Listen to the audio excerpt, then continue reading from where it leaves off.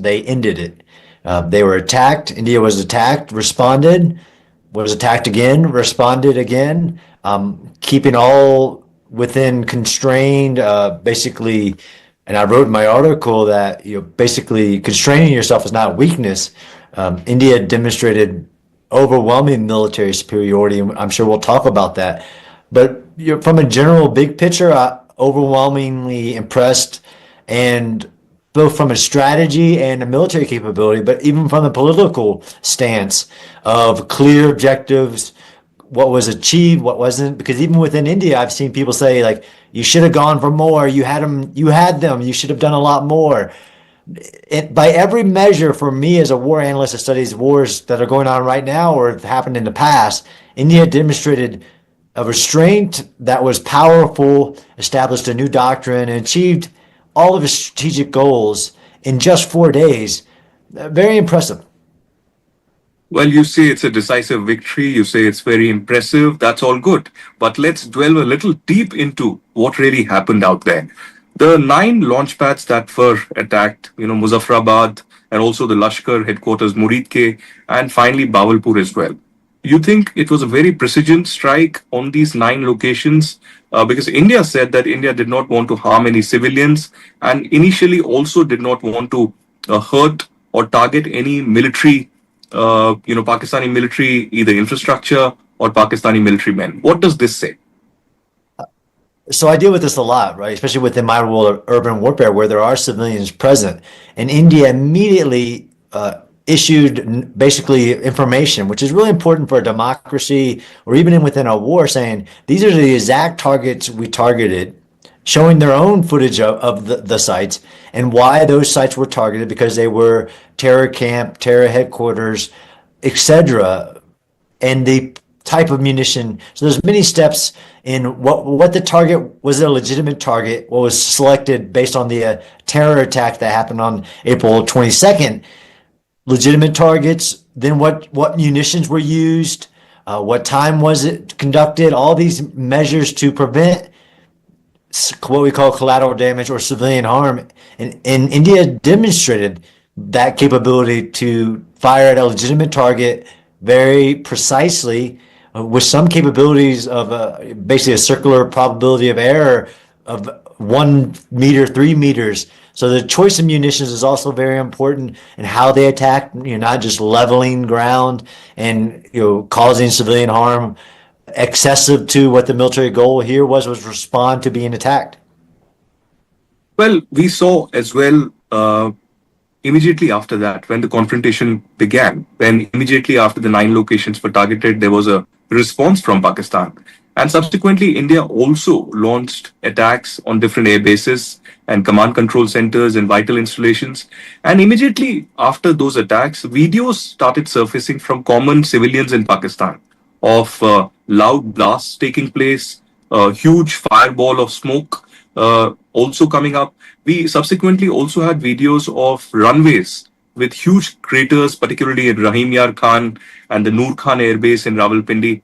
I want you to reflect on this. They're all collectively a message, but each target has to be assessed on, okay, why was that target? Was it a launch pad for the drones?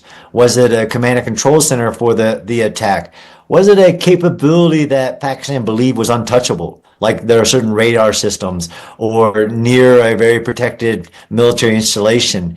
Every target was chosen for a very important reason, whether it was in basically direct response to what was sent towards India that didn't have the goal that they wanted to achieve with the drones, or the message, which is you've escalated by attacking, as in the Pakistan military escalated by attacking Indian civilian and military sites.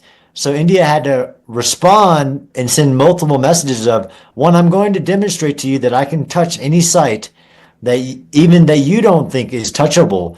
So we have to assess every one of those sites, each one of them. Some of them are directly attributable to the capability to launch that drone attack. Some of them are for a demonstration of military superiority, which was done. It's a combination, and a couple of them were necessary, like radars, just to be able to do attack the other systems. The precision that was necessary, even in some of these sites, was immense precision necessary to be able to hit a site and not hit something else. Like even in the Lahore airport, to be able to hit a military capability but not a civilian capability.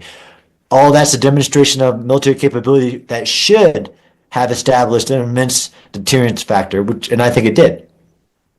Many people seem to observe, John, that this time around, Indian Air Force in particular has provided a lot of satellite images, a lot of cockpit images as well from those Air Force jets, and obviously ground videos as evidence.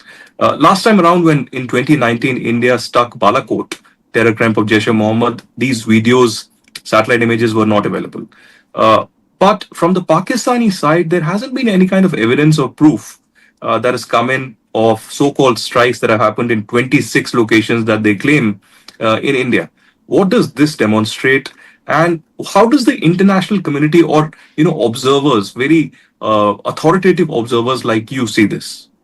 Yeah, I think it's basically learning the right lessons from war. Nations thinking they can control information or fight the narrative, be the first to truth. Although you have some regimes, and we see here Pakistan wanted to be first to lie, but because of open source intelligence and those military capabilities, like a government learning, like India, and a military capability saying, we'll not only be the first to truth, we'll provide overwhelming evidence. I just saw a story of the New York Times calling out Pakistan. Now, if the New York Times is calling you out for lying, for me, it's interesting, which is that it's overwhelming. And in the world of not just military satellites, we have civilian satellites. There are civilian companies like Maxar, things like that can provide the imaging. It's much harder to lie today, but for some reason, backing terrorism and trying to lie to your own population, to the international community, seems to be a tactic of certain regimes. But this is a new world. This is a new India. Like you said, learn from its past lessons, learn from the modern battlefield where you're not going to lie and it not be able to be immediately called out through multiple sources of both intelligence and what we call open source intelligence. We also had these accusations coming in from Pakistan, in particular DGISPR and also the Defense Minister Khwaja Asif, who went all across to the international media and said that we have downed at least 5 Indian Air Force jets. There wasn't any evidence, there wasn't any technical evidence, no images, no photographs, no videos that came out. There were rumors of Indian pilots being captured. That was finally rubbished by the DGISPR. Why are these allegations coming out? I mean, is this to satisfy the anger of the local domestic population in Pakistan who seem to ask questions to the Pakistan army? Or is it just for international propaganda to show a brave face? It's usually all of the above, but I think that was clearly for the Pakistan citizens and military itself to try to convince even the military that no, we weren't overwhelmingly unsuccessful. Like we got them some way. And again, if you've shot down that many aircraft, where's the wreckage? Where's the pilot? It's pretty easily, but in some societies, they believe what their government or believe in their military, and that's a part of the pride. So I think it was multi-factor, but it was easily called out, easily. And this is really something too with a kind of a fear society versus what we call a free society. And this is why I viewed this 4-day operation so impressive, is how quick India was to put out information. You don't have to attack the lie. You can just put out the information, and that's what India did with the presser, with all the heads of the different military services, which was impressive. But John, there's been a lot of question on the ceasefire, or should I say, the understanding of ceasefire that has been achieved this time around. Now, there's been ceasefire since 2003. Then there's been another reiteration of the ceasefire in 2021. But what is different this time? Many people seem to suggest that India succumbed under US pressure and had to go for a ceasefire. Who really succumbed under pressure this time around? And why do you think that understanding of a ceasefire was achieved? So Of course, I don't have any access to the information that you don't or anyone else. I can say with likelihood, based on the demonstration of military power that India showed, that the Indian position that it was Pakistan who said that we would like a cease in the operation is the most likely answer. Do I think that other nations like the United States was calling both sides to see if they could achieve a stop in the escalation by Pakistan? Sure. But I think the most likely is the Indian position that we were demonstrating not only the capability, but the will to continue to basically cause consequences for Pakistan's actions. And then Pakistan asked, I mean, because it wasn't just militarily, right? Even the water and the diplomatic aspects of this, the repercussions of the terrorist attack and then the military attack can all be analyzed to what's the most likely reality of that story. Pakistan, again, like we were just talking about, is going to tell their people their own story. And other people, this is why I think one of the strategic objectives achieved by India was strategic independence. They responded immediately. They communicated clearly what their goals was, and they achieved an end to the attack independently. So it's pretty decisive in that factor for me. Now, not many know, John, that you also investigated in detail the Mumbai 26/11 attacks of 2008. Please tell me, why do you think the international investigation, especially when it comes to Pakistan and with Pakistan, isn't really going to end up too well? Because it happened in 26/11, it happened in Pathankot terror attack that happened a few years ago, and there has been a dead end in most of the cases. So, are you really going to believe that an international investigation supported by Pakistan is going to help? So at this point, you want to investigate every aspect because I would want, if I was an Indian, to know exactly how did this happen, right? So where did the operatives come from? Where did they go? How did they infiltrate? These things that are very important. So that part of the investigation, I think, is very important. To investigate the who did it, well, when the terrorist organization immediately tells you, we take responsibility for that, and we are this group, the Resistance Front, associated with Lashkar-e-Taiba, known by international investigations of the past to be Yes. ISI, Pakistan ISI, trained, funded, deployed to include in the 2008 Mumbai attacks. That part of the investigation is not necessary, although India being again, democratic society, part of the multinational organization, the world order, is going to present the evidence, the clear evidence from the April 22nd attack to the UN Security Council and show, look, but India did, this is the new doctrine. It responded first. It didn't wait for investigation, which is really different, like you said, than especially 2008 when they started that, even though it was clear then, well, we'll do an international investigation and there's some plausible deniability here by Pakistan, although it wasn't then, from who was talking to the ears of the terrorist. I mean, it's ridiculous. Tahavur Rana came to India, a month and a half back, and that was seen as a significant statement that happened after Modi and Trump met.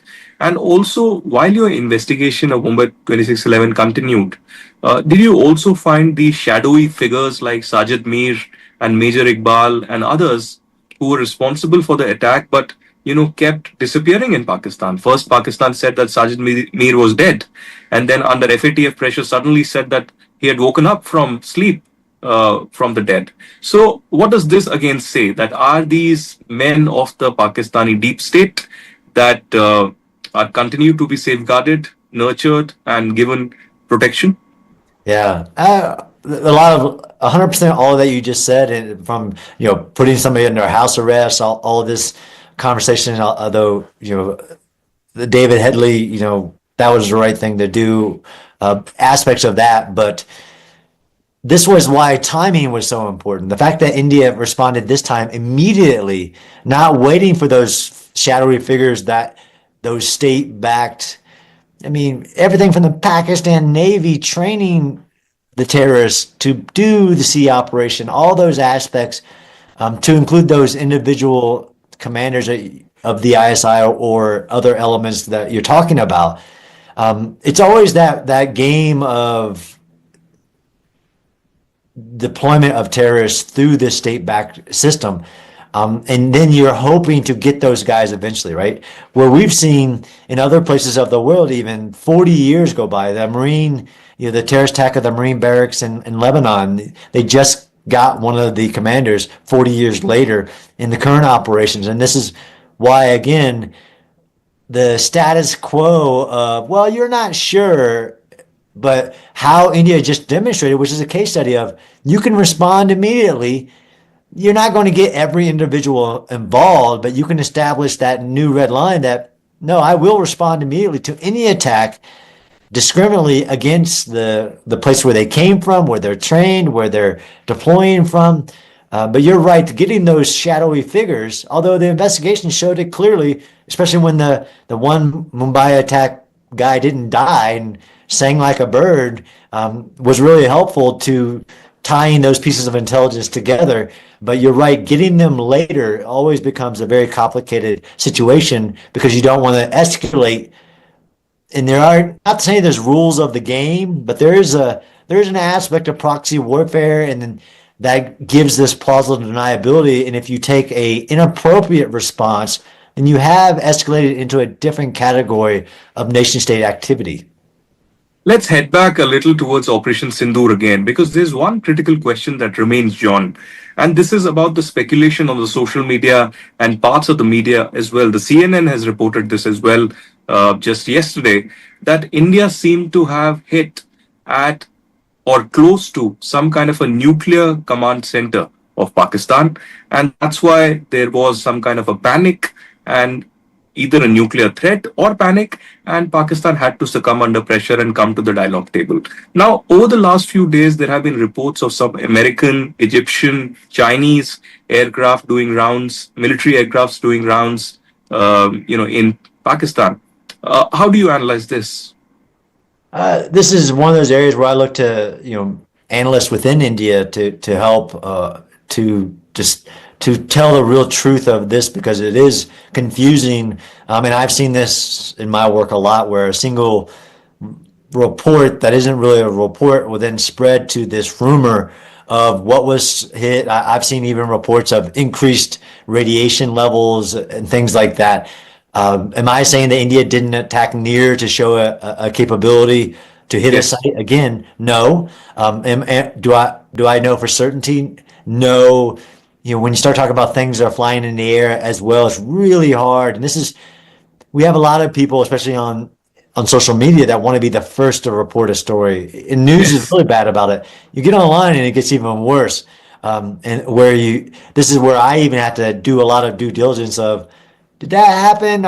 I don't know. So for that one, I'll leave it to you guys who are in the know, especially when the government, they put out every site that they hit and why they hit it. So this is where you get to what I call likelihoods. Is that likely? That's this now story that somebody's put together? Maybe, but I think it's less likely than the person trying to tell a convincing story is trying to make it. John, in this confrontation, the Indian Air Force also came out with images of the Chinese rockets or missiles, especially PL-15, and the Turkish drones that were used and perhaps are still being used to either create psychological warfare, some kind of a panic, or some kind of a surveillance that's happening in bordering Indian states. What does this say about the health defense and, equipment's help that is coming in from particularly Turkey and China for Pakistan? Do you think this is going to continue? Because this is not a normal kind of a confrontation. This is based on terror attacks that have taken place. And what does this say? Yeah, and this is where it's hard to draw the line in Pakistan. What is support of terrorism and what is support of military capabilities? And that, the foreign military sales are basically who provides the technologies and the videos that governments like this will put out trying to demonstrate strength. Look, the things that exploded are the thing that should really be mattering in both offensive capability. What did all those videos? What did all that equipment do offensively, and what did it do defensively? That's what should matter. Those are the results that matter. But this is the psychological warfare, like you're saying, of trying to put out the videos showing your people in fancy uniforms, launching fancy equipment. Look, the results don't lie. India invested heavily. Pakistan invested heavily. One side showed military superiority. Will that continue? Absolutely.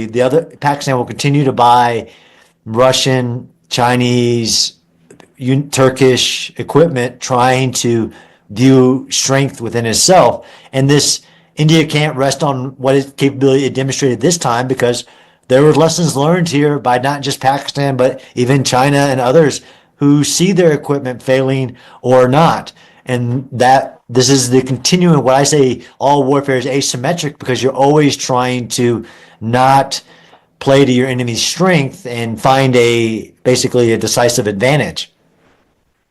One final question, John. You have obviously observed this for a very long time, in particular Pakistan-sponsored terrorism and Kashmir. I want you to comment on Pakistan Army. Asim Munir, he's been at the center of all this. When there was Bajwa as the Pakistan Army chief, there was a ceasefire that was announced between India and Pakistan in 2021. But that ceasefire seems to have completely gone into the dustbin of history now, unfortunately. But how do you see Asim Munir? How do you see this kind of somebody who's known as a jihadi general, if I may put it that way, who's very radical, who believes in his, Islamist beliefs, and tells his soldiers that you're fighting for a cause, and that cause is Islam, and you have to wage a jihad against India. And he says that Allah is on your side and not on side of India. Such is the kind of radicalization and extremism that is at the very top of the Pakistan Army. So do you think he's going to change? Because he seemed to be the mastermind behind Pahalgam terror attack and the confrontation that happened with India. Do you feel he's going to change, or to get control in a deeply divided Pakistan, will he continue to impose this proxy war or terrorism on India? I don't think he'll change, to be honest. You probably know more about the history of the individual than I do. My cursory in knowing many individuals like him, that radicalization isn't easily changed. And while India did decisively achieve all these strategic goals, some of that is basically, like you said, fundamental radicalization of individuals that are not just at the very top, but within the organization. So it would take an institutional change. My number one answer to him is problematic, right? All those statements, very problematic, and even what the world wants to see within Pakistan's government and military. And we've even seen since April 22nd, since this attack, almost like a mini coup, as they're firing individuals as they figure out within themselves. That's not stability, right? We want stability. We want good neighbors. We want peace. We don't want backing of terrorism. But if you're saying those things and you're within the actual supposedly non-terrorist part of your institution, that's really problematic. And that instability within, whether it's a civilian-led military or a military-led government, is also hard to determine oftentimes with Pakistan. And India showed, in this case, what civilian leadership over the military looks like. And that's stability, that's control. And when you have that instability in an individual like that and other elements of the military, it's not good. And it takes a lot to deter that. But this is why it's never one factor, right? One comment, John, I just remembered that you briefly touched upon misinformation, and we are increasingly living in the times of information warfare. Now, there are, misinformations and, unfortunately, fake news that comes in from all corners, from India as well as in Pakistan. But do you think that with India, within the fog of war, it does happen and it is busted? But do you think in Pakistan, this misinformation or disinformation is institutionalized disinformation that's coming in, particularly from the Pakistan Army? Of course, absolutely. And that immediate response to try to put out misinformation, which was interesting, especially in this case, how quick they were to try to put misinformation out. And many people, this is the problem in the world we live in as well, is now you have a megaphone, right? Because of algorithm-driven social media, those lies spread faster than they ever did. And we've seen this in other areas. And Pakistan tried to ride on that, but failed. But I do actually believe, from my understandings within the Pakistan society, there is actual counter narratives to that. Not saying it's a free press, but that's what you want to see as well. As in, even within the society, like, I don't think that's right. They may be silent, but this is the danger. And again, why this is a very unique, interesting case study as how quick India was to put out for everyone, to include the Pakistan society, their information, their evidence, their all of it.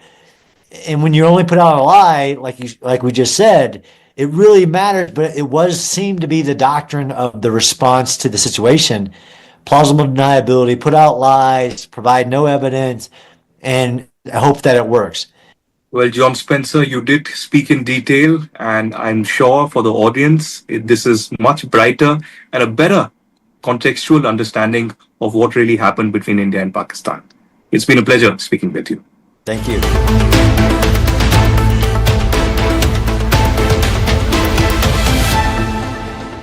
बेबो का एक ही rule, रोज खाओ अंडे without भूल। Summer में energy हो जाती है कम, खाओ अंडे एनर्जेटिक रहो हरदम। स्ट्रेंथ और पावर मिले हर रोज विद प्रोटीन्स एंड मिनरल्स का daily dose. Extra cool cool cool, yes extra cool cool cool, yes extra cool cool cool. Sunday हो या मंडे, रोज खाओ अंडे।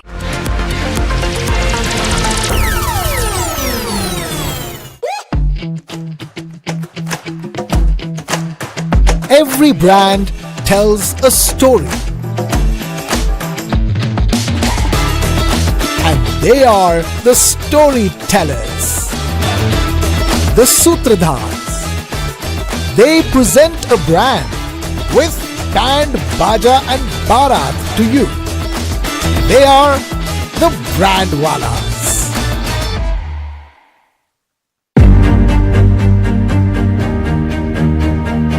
How original is originality? How real is reality?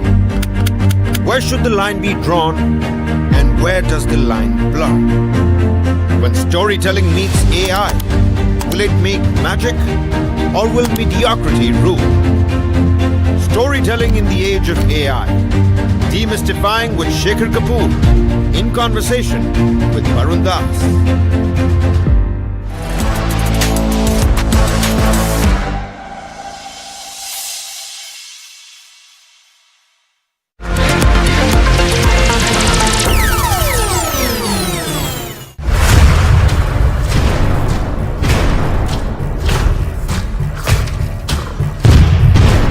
Operation Sindoor was unleashed, launched a precision military response targeting terror camps deep inside Pakistan. This has to be now a all-out war against Pakistan's proxy war. Things are heating up everywhere. Rawalpindi has also been hit. Pakistan seems to be out of options right now. Terror shall not go unanswered. Operation Sindoor is still on.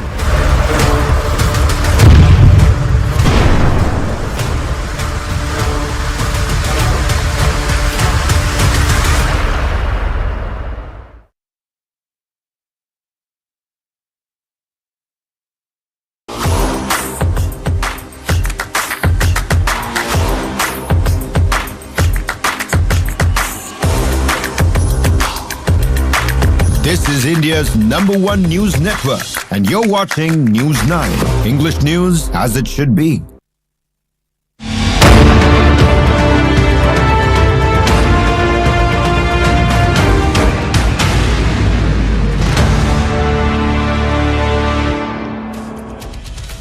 Thanks very much for tuning in to Unmissable. I'm Nabila Jamal right here on News 9. I'm going to be anchoring right from opposite the Vidhan Sauda inside our News 9 mobile van. We're looking at the rains right behind me. I'm not too sure if you get a glimpse of the Vidhan Sauda. It's beautiful for me. Weather is great, but those commuters are trying to traverse through Bengaluru roads. It's an absolute nightmare. All right, while I sit here in this safety net, I'm going to bring you the news that's transpired today. Let me, as always, begin with the headlines.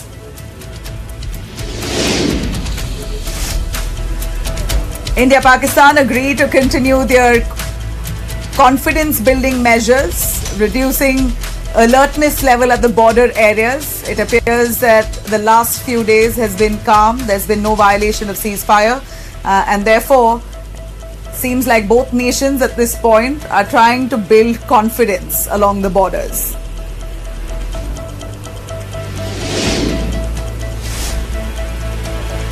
External Affairs Minister makes India's stand quite clear, says talks with Pakistan will be strictly bilateral. On the Indus Water Treaty, that will remain in abeyance. There's no looking back on that.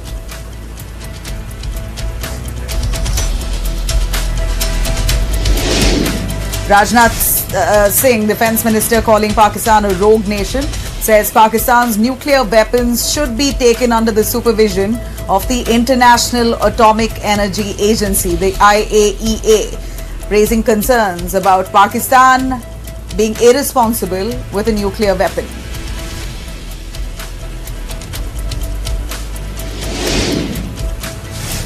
Now, India has, of course, carried out retaliatory strikes on Pakistan, but it doesn't end there. India now has pushed for TRF to be on UN terror list. Indian delegation meets with top officials in New York demanding that TRF be banned.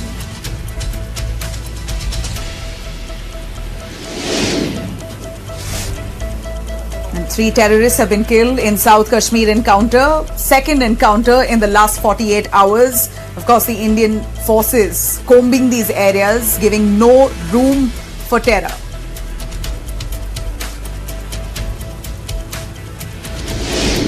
President Murmu questions if Supreme Court can impose deadlines on the President, Governor, for the bill assent. In fact, this comes after the Supreme Court had raised questions on Tamil Nadu Governor R.N. Ravi for delaying approvals on bills. The Supreme Court had said this is a grave injustice. It should be done at the earliest, while President Draupadi Murmu questioning the sanctity of this ruling by the Supreme Court. Likely to be meeting Home Minister Amit Shah as well. The governor to be meeting Amit Shah. US President Donald Trump claims India has offered zero tariff deal in trade talks. Jaishankar says trade talks have been going on, nothing decided as yet.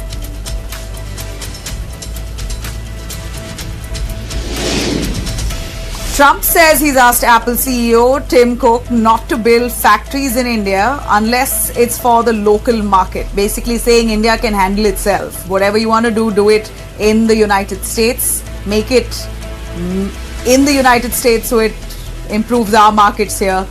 Don't bother about India.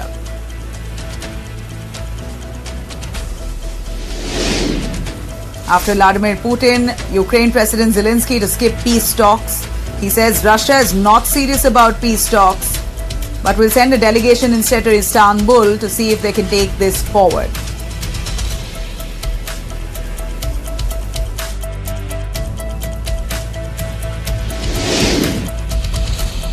All right, let me take you through our top story. We've been, of course, taking this as our #1 coverage through the day on the terror strikes that our army has carried out across parts of Jammu and Kashmir. If I can take you through the operation that was underway in Tral.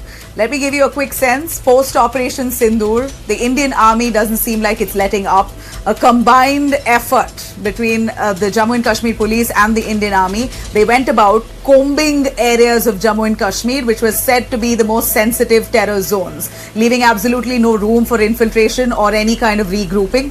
Now, in a decisive crackdown, 3 terrorists were neutralized today, this morning, in Tral's Nadar village of Pulwama. And then here's the chilling part. News 9 has accessed an exclusive video here of those terrorists just minutes before they were taken down by the Indian forces. In fact, this was a joint operation by the Army and Jammu and Kashmir Police based on pinpoint intel reports. A cordon and search operation was launched at first light after input suggested that 3 heavily armed men were hauled up in the area. But before the bullets flew, one of them made a call to his mother. In fact, I'm going to play that out for you. A terrorist is said to have called his mother, begs him to surrender. And then he assures the mother in that video, he's heard assuring the mother that he will surrender. If at all the Indian army comes forward, he will surrender to them. But what we hear next, as per reports, that these terrorists, when they were confronted by the army personnel, they opened fire first. They were gunned down with precision. I'm going to take you through this video. Let's listen in to this terrorist moments before he was killed speaking to his mother.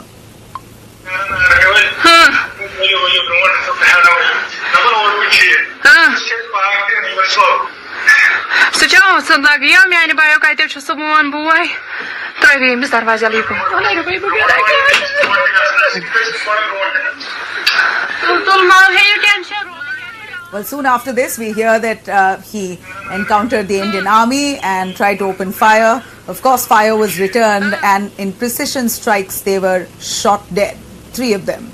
Now, this comes a day after you had a similar strike that was seen in Shopian by the armed forces. 3 Lashkar-e-Taiba operatives were eliminated there. One of them was linked to last year's Danish resort, where 2 German tourists were injured. One non-local was also killed. In fact, that really concludes this operation. It hasn't concluded, it's ongoing. But in the last 2 days, 6 terrorists have been killed in just the last 48 hours. Of course, a nightmare for those terror operators who always thought they were untouchable. Time's up.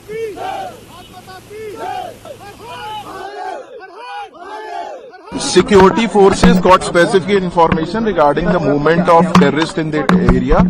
Accordingly, cordon was laid off, and it led to the ensuing of encounter between security forces and hold-up terrorists. So far, we have observed few bodies of terrorists. 3 bodies are observed, but operation is still going on at this moment. It will take some time to sanitize and conclude. So identities and affiliation could only be divulged only after that. All right, now let me take you through our External Affairs Minister S Jaishankar. An extensive talk today. He spoke about how there is no room for a third-party intervention when it comes to India and Pakistan. All talks with Pakistan will be bilateral. He shuts down all the noise and cacophony around this issue. So, this basically comes after Donald Trump, the United States President, kept chest thumping about mediating peace between India and Pakistan. So Jaishankar has made it mighty clear that India's relationship with Pakistan is strictly bilateral and will stay that way. Let's hear it. Many issues have been raised. I honestly don't see to me, things are fairly clear. So let me take this opportunity to spell out our position. One, where Pakistan is concerned, our relations, our dealings with them will be bilateral and strictly bilateral. That is a national consensus for many years, and there is absolutely no change in that consensus that dealings with Pakistan will be bilateral. All right, where that's S Jaishankar putting to rest any illusion of any kind of foreign mediation, be it on ceasefire or on the Kashmir issue. So Jaishankar has sent this firm message on water diplomacy as well. On the Indus Water Treaty, he says that still remains suspended until Islamabad stops sponsoring cross-border terror, particularly on the Indus Water Treaty. Here's what he said. The Cabinet Committee on Security and the government, obviously, was very clear that the Indus Water Treaty is held in abeyance and will be continued to be held in abeyance until cross-border terrorism by Pakistan is credibly and irrevocably stopped. Sometimes the Kashmir issue has been brought up. Again, the only thing which remains to be discussed on Kashmir is the vacation of illegally occupied Indian territory in Pakistan-occupied Kashmir. We are open to discussing that with Pakistan. All right. Now, India, of course, at this point isn't just stopping at airstrikes or counterfire. India is taking this terror crackdown global, and it appears this time a big diplomatic push and a whip that India has cracked at the UN, asking for the terror group, as we know of that to be the TRF, an offshoot of the Lashkar-e-Taiba, to be banned, to be put on the banned list under the UN. So the Indian delegation landed in New York to press for the Resistance Front, LET's rebranded arm, to be blacklisted as a UN designated terror outfit. TRF was held responsible for Pahalgam attacks, the massacre that killed 26 innocent tourists. Now, at the UN office of the Counter-Terrorism and the 1267 Sanctions Committee, India has argued that TRF is nothing but a new mask for Lashkar-e-Taiba, that's already a prescribed group and must face global sanctions. So if LET is banned, then it's but obvious that TRF, which is almost a brainchild of the LET, must be on that banned list. Now, this diplomatic push, of course, comes after the successful Operation Sindoor, which entirely dismantled many of the terror hubs in Pakistan and POK. It killed over 100 militants linked to LET, JEM and Hizbul. These are terrorists and their terror hideouts that were demolished. So India taking this a step further, not just counter-fire, but asking formally, diplomatically for TRF to be designated as a terror outfit. Now, as we see, the end game for India, it appears clearly, is only dismantling all the terror hub that Pakistan has unleashed.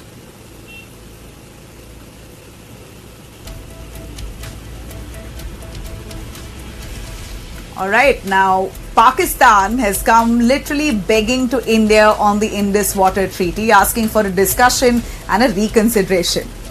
Well, India's message was quite clear that no more water or terror can go hand in hand.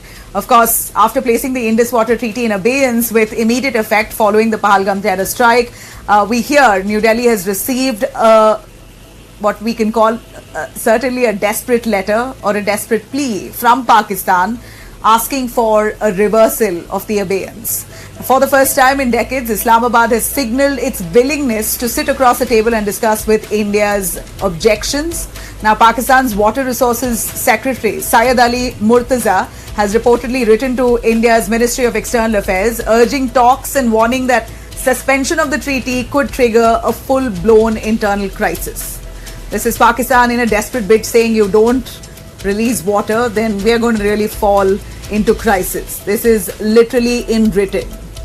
Now, this sudden change in tone appears to be a stark contrast to Pakistan's earlier defiance, despite two prior notices. Now, let alone the terror and the conflict that's happened in the last few weeks. But in 2023 January and in 2024 September, India had raised concerns about the guidelines of the treaty, wanting to reconsider some of it or revisit some of it. Pakistan at that time showed no interest in dialogue. But now that the taps are running dry for Pakistan, their rivers are just dry at this point. They are in a spot, finally come around to wanting to talk. They want to get this on a diplomatic channel, or in the best way possible, sit down and have a discussion on how water can be released again. Basically, India's concerns will be considered. That's what they've promised and assured if at all talks happen. Now, let me tell you, Pakistan got 70% of the Indus River waters. The treaty allows Pakistan access to Indus, Jhelum and Chenab, while India retains the Sutlej, Base and Ravi. Now, this time around, India seems to be very strategic. In fact, India has very clearly said that water is now a matter of national security until Pakistan credibly and irrevocably dismantles its terror infrastructure. The treaty still will stay suspended. Modi government also, we hear right now, is preparing to move forward on long-stalled hydroelectric projects to see how best to utilize every drop of its share. Projects that were earlier restricted under the treaty, it seems like India is going forward with it to carry out these big dams to see how best we can preserve the water and fulfill our share of the bargain. Why should India really care for what Pakistan needs or wants at this point, considering they have shown no regard to India? Now, as I would wrap this story here, I will say what the Union Jal Shakti Minister C.R. Patil has said. He's confirmed not a single drop of water will be allowed to leave Indian territory without it being utilized. So you can imagine we are going to be really using up that water as much to our fill, and what remains will go to Pakistan.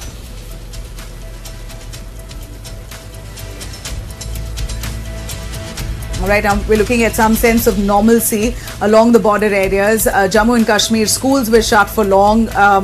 Finally now opens up. So these are the visuals after remaining shut for nearly 8 days due to cross-border shelling. It appears schools have now finally welcomed students back. Pakistan had targeted civilians along those areas following India's Operation Sindoor, prompting authorities to shut down schools as safety precaution. But the announcement of ceasefire between India and Pakistan, post which precautionary measure, it was still shut for a few days. That's another 2 days post the ceasefire. Today, it opened up. In fact, my colleague spoke to some of the teachers and students as well who remain determined to go about their routine. Bharat और पाकिस्तान के बीच इन दिनों चले तनाव के बाद अब school जो है वो खोल दिए गए हैं। इस समय मैं जम्मू में मौजूद हूँ और जम्मू में जो स्कूल है वो खोल दिए गए हैं। जिस तरीके से ऑपरेशन सिंदूर हुआ उसके बाद पाकिस्तान की तरफ से लाइन ऑफ कंट्रोल और अंतर्राष्ट्रीय सीमा पर सीज फायर का उल्लंघन किया गया, लेकिन इन सब के बीच प्रशासन की तरफ से बॉर्डर और बॉर्डर के आसपास के स्कूलों को बंद किया गया था। लेकिन अब आप तस्वीरों में देख सकते हैं कि किस तरीके से जो नॉर्मल ज़िंदगी है वो लगातार पटरी पर आती हुई नज़र आ रही है। हमारे साथ स्कूल टीचर भी मौजूद हैं। हम देख रहे हैं कि अच्छी खासी स्ट्रेंथ में बच्चे जो है वो पहुंच रहे हैं। बिल्कुल सर, बहुत आज बच्चों के अंदर बहुत ज़्यादा खुशी है। स्टाफ सारा खुश है कि इतने दिनों बाद स्कूल लग रहे हैं और एक अमन के साथ, एक शांति के साथ स्कूल लग रहे हैं। कुछ बच्चे भी हमारे साथ मौजूद हैं। कितने दिन के बाद स्कूल आए आप? हम अभी एक हफ्ता तो हो ही गया लगभग, इसलिए थोड़ा प्रॉब्लम भी आई। कितनी खुश है आप आज स्कूल लगे हैं? मैं खुश हूँ क्योंकि हमारी ऑनलाइन क्लासेस तो हो रही थी, बट अगर बात की जाए ऑफलाइन उसका थोड़ा मटेरियल ज़्यादा बेटर होता है क्योंकि हम ज़्यादा पढ़ पाते हैं फोकस से।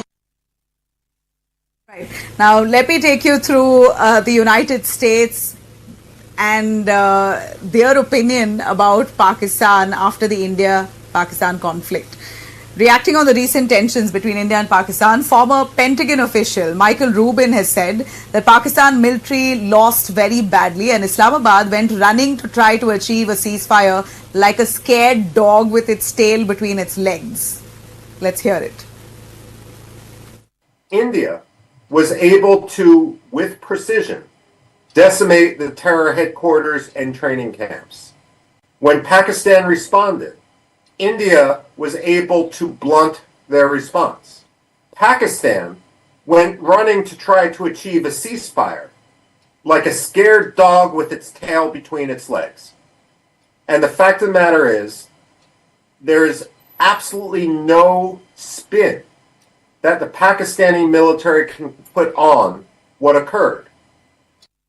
Now, Rubin has said that India has emerged victorious both diplomatically and militarily in its response to the aggression that Pakistan launched after India's precision strikes on terror infrastructure that has left Islamabad shocked militarily. So this is US's biggest admission, where clearly you have Rubin explaining how Pakistan literally ran for cover. Now, in an interview with the Indian agency, he spoke about global attention that's currently on Pakistan's terrorist-sponsored or terror sponsorship, and noted how Pakistani officers in uniform attended the funeral of many of the terrorists who were killed in Indian strikes as part of Operation Sindoor. Acknowledging it, here's what he said. Diplomatically, India changed the conversation. Militarily, Pakistan is shocked. The reason why India won diplomatically is all attention is now on Pakistan's terror sponsorship. The fact that Pakistani officers in uniform attended the funeral of terrorists shows that there is no differentiation between a terrorist and a member of the ISI or the Pakistani armed forces. You had Rubin also questioning whether Pakistan Army Chief Asim Munir will be able to keep his job or not after Pakistan was caught napping when India conducted the series of precision strikes under Operation Sindoor, condemning Asim Munir for its failure. So this is United States outrightly exposing Pakistan's loss after what happened between India and Pakistan. there's a problem within the Pakistani military, both because it's a cancer on Pakistani society and because as a military, it's incompetent. And so is Asim Munir going to keep his job?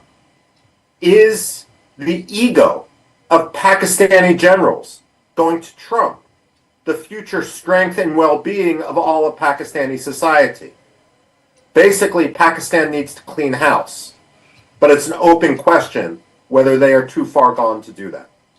All right, let's get to the boycott Turkey campaign that seems to be now echoing in parts of India, where Indians seem to be very angry with Turkey after they've shown outright support to Pakistan.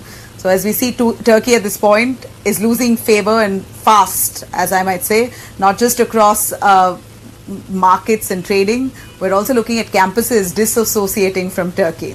After JNU, now Jamia Millia Islamia University has cut all academic ties with Turkish institutions, citing national security concerns. So Jamia University says it stands firmly with India and its armed forces. Delhi University at this point, we hear at this after Jamia and JNU, is also reviewing its MOUs with Turkish universities. So this is certainly a big blow to Turkey at this point, that already is struggling with its poor economy.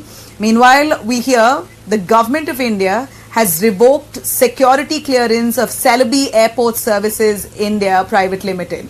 Basically, Celebi Airport Services is a major Turkish ground handler that operates across top Indian airports. The Bureau of Civil Aviation Security has issued the order with immediate effect. Now, that's not all.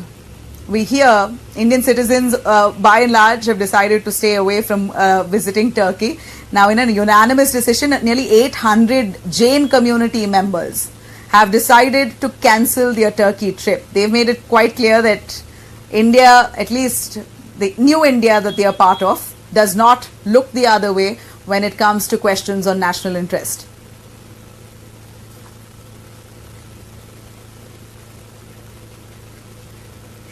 All right, now if supplying drones wasn't provocation enough, now we know that Turkish President Recep Tayyip has openly shown support, declared support for Pakistan. Not the first time, yet again we saw he called Shehbaz Sharif his dear brother. An open show of support for Shehbaz Sharif, vowing to stand by Islamabad in good times or bad.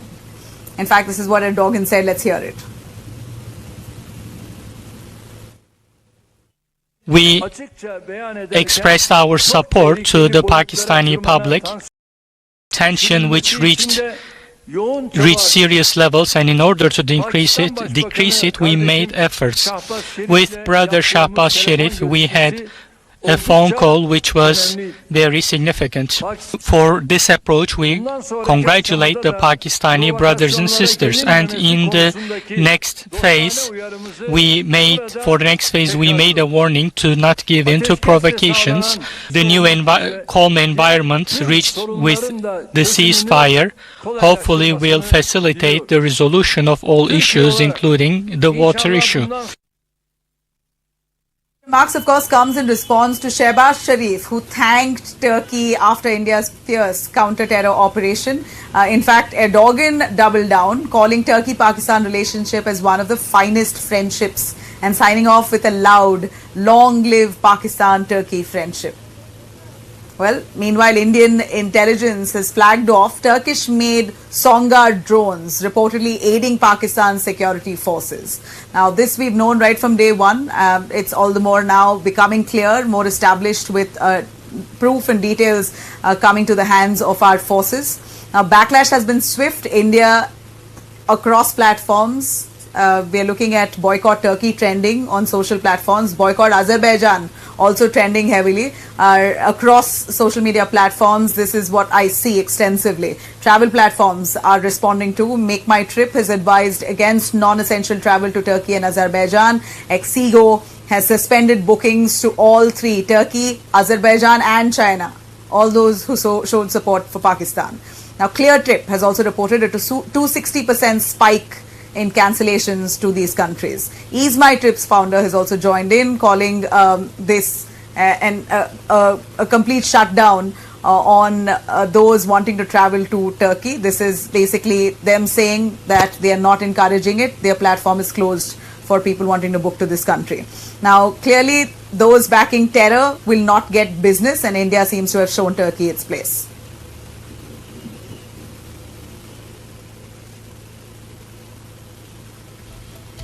Right, let me cut across to the other part of the world. While India-Pakistan conflict has just unfolded, we're looking at Islamabad now asking Russia to come to Islamabad and Turkey to try and settle its differences with Ukraine, saying that they're going to play the peacemaker and the mediator between Russia and Ukraine. So Ukraine brushing aside Zelensky's invite. In fact, what we hear is that Ukraine has brushed aside Zelensky's challenge for Putin to show up in person. The Russian foreign ministry insists that it's ready for serious work, but Ukraine's president, who arrived in Turkey today, dismissed Moscow's delegates as nothing more than decorative. There's a lot of struggle between Russia and Ukraine to come to a peace talking table. Turkey wants to be that, but Ukraine claims Russia is not serious about these peace talks. They're dilly-dallying. Let's hear it from Zelensky. The level of the Russian delegation is not known officially to me, but from what we see, it looks more like it's on a decorative level. I think we will have a couple of hours for important talks, for very important decisions. We need to understand what kind of level the Russian delegation is, and what mandate they have, and whether they can make any decisions. Because we all know who makes decisions in Russia. Russia's finance ministry, what they had to say. In fact, they've insisted it's ready for serious work. But Ukraine's president, who arrived in Turkey today, dismissing Moscow's delegates as nothing more than decorative. Here's what he said. Как подчеркнул российский президент, смысл этих переговоров состоит в том, чтобы прямая цитата «устранить первопричины конфликта, выйти на установление долгосрочного прочного мира на историческую перспективу». Как это было уже заявлено неоднократно, российская сторона настроена на серьезные переговоры. Российская делегация прибыла в Стамбул и готова к серьезной работе. Right, so here you had United States Donald Trump also chiming in, who said real progress can only happen if he meets Putin himself, and credited his pressure for nudging both sides to come to the talking table. Trump, being Trump, says that it's because of me that Russia and Ukraine are even considering talks. Look, nothing's going to happen until Putin and I get together, okay? And obviously he wasn't going to go. He was going to go, but he thought I was going to go. He wasn't going if I wasn't there. And I don't believe anything's going to happen, whether you like it or not, until he and I get together. But we're going to have to get it solved because too many people are dying. All right. Now, meanwhile, as tensions are sore in parts of the world, my part of the world for sure, we're looking at United States President Donald Trump saying that the United States is very close to striking a nuclear deal with Iran, claiming that Tehran has sort of agreed to all the terms and conditions that have been put in place. Now, if at all this is true, this could only mark a dramatic shift in US-Iran relations, potentially easing years of hostilities between US and Iran, unlocking all the frozen assets, reshaping power equations within the Middle East. Let's hear it. Iran has sort of agreed to the terms. They're not going to make, I call it in a friendly way, nuclear dust. We're not going to be making any nuclear dust in Iran. And we've been strong. I want them to succeed. I want them to end up being a great country. And I think we're getting close to maybe doing a deal without having to do this. There's two steps. There's a very, very nice step, and there's a violent step. I'm going to slip into a short commercial break. We'll be right back with our deep dive segment, where we're going to take you through the world raising concerns about an irresponsible country like Pakistan having a nuclear weapon. A lot more on the other side. Stay with us.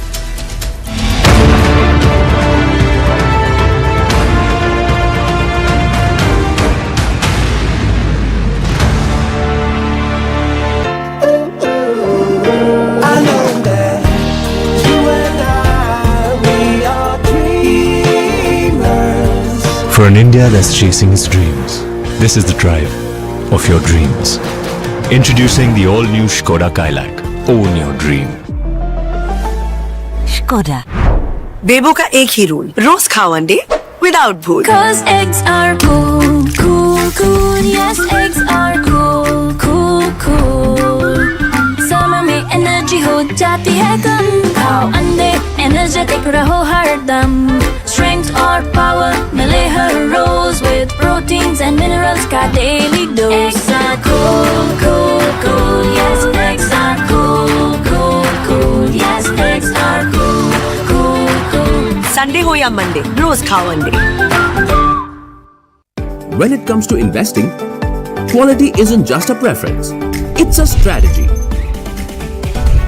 Introducing ICICI Prudential Quality Fund that invests in companies built on strong fundamentals with consistent performance, with an aim to give steady growth with lower risk to your portfolio. Now power your portfolio with quality picks. Invest today. NFO closes 20th May. Mutual fund investments are subject to market risks. Read all scheme-related documents carefully.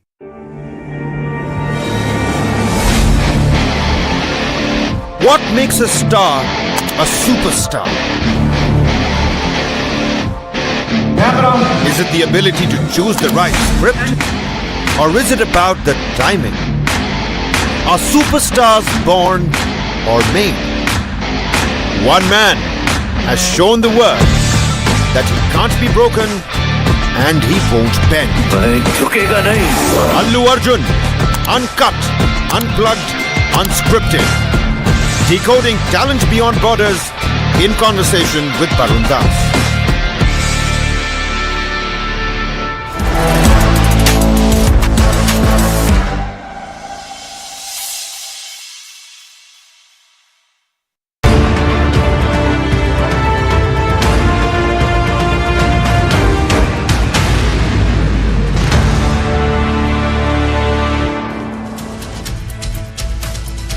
All right.